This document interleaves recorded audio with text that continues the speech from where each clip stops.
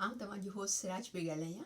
अॼु जी मां वीडियो में इहो ॻाल्हाईंदासीं त वज़न कीअं घटाइणु खपे, छा खाइणु खपे जेको पंहिंजे घर में मौजूदु आहे, आसानी सां मिली थी वञे, ईज़ी टू यूज़, इनखे यूज़ करण में बि महिनत कोन्हे ऐं हर कंहिंजे घर में 90% माण्हुनि जे घर में इहा शइ मौजूदु हूंदी आहे किचन में।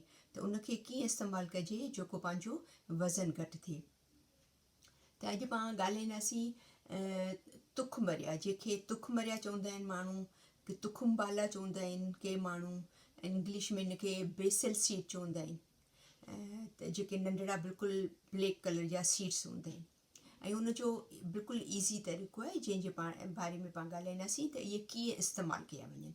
पहिरीं सभिनि खां पहिरीं हिकिड़े गिलास में 2 टीस्पून या हिकिड़ो टेबल स्पून, ऑलमोस्ट सेम उनजो थिए थो, या वॾो टेबल स्पून खणो या 2 टीस्पून खणो, डिपेंड करे थो की तव्हां केतिरो घाटो पीअणु चाहियो था। त हिकिड़े गिलास में उनखे पुसाए रखो तक़रीबन 15 खां 20 मिंट पहिरीं, ऐं पोइ 15-20 मिंट खां पहिरीं उहे थोरा फुलंदा। उनजो जेको बेसल सीड आहिनि उनखे अगरि पाणी में पुसायूं था त फुलिजी था वञनि थोरा, त उहे पोइ 15-20 मिंट खां पोइ उहो पाणी जो गिलास तव्हीं पी लाहियो।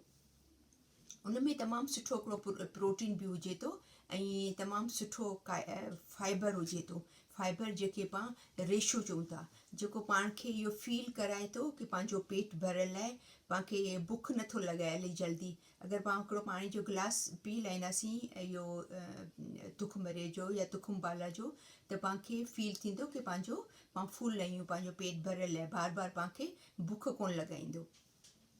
हिन 2 टीस्पून में 2 ग्राम प्रोटीन थिए थो, 7 ग्राम कार्ब्स थियनि था ऐं जंहिंखे रेशो चवनि था, ऐं 7 ग्राम फाइबर थिए थो, जेको हिकु परफेक्ट हिकिड़ी मुकमल शइ आहे वज़न घटाइण जे लाइ करे। ऐं हिन जे अंदरि ओमेगा 3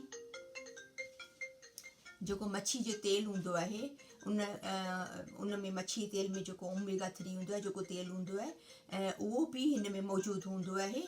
त हीअ तमामु घणो सिहत जे लाइ करे बहितरीनु शइ आहे। साइंटिफिक रिसर्च जे मुताबिक़ हीअ डिप्रेशन, हाई ब्लड प्रेशर ऐं हाई कोलेस्ट्रॉल जे लाइ बि तमामु फ़ाइदेमंद आहे। ऐं सभिनि खां सुठी शइ इहा आहे, बहितरीनु शइ इहा आहे की हिनखे इस्तेमालु करणु बिल्कुलु बि ॾुखियो कोन्हे, बिल्कुलु आसान तरीक़े सां पाण खे इस्तेमालु करे थियूं, कोई महिनत कोन्हे, कोई हिनखे पहिरीं पाण हिनखे हिनजी तयारी कोन थी करणी पए, बसि ख़ाली 10-15 मिंट हिनखे पहिरीं पुसाए रखो ऐं पोइ पी वञो। लेकिन उनजो मतिलबु इहो कोन्हे की तव्हीं हिनखे गिलास इस्बगर जी तुई जो गिलास हिन जो तुखुमबाला जो हिकिड़ो गिलास पियो ऐं बाक़ी ॿी बद एहतियाती करो ऐं पोइ तव्हीं चओ त असांजो वज़न कोन घटियो आहे। ईअं नथो थिए।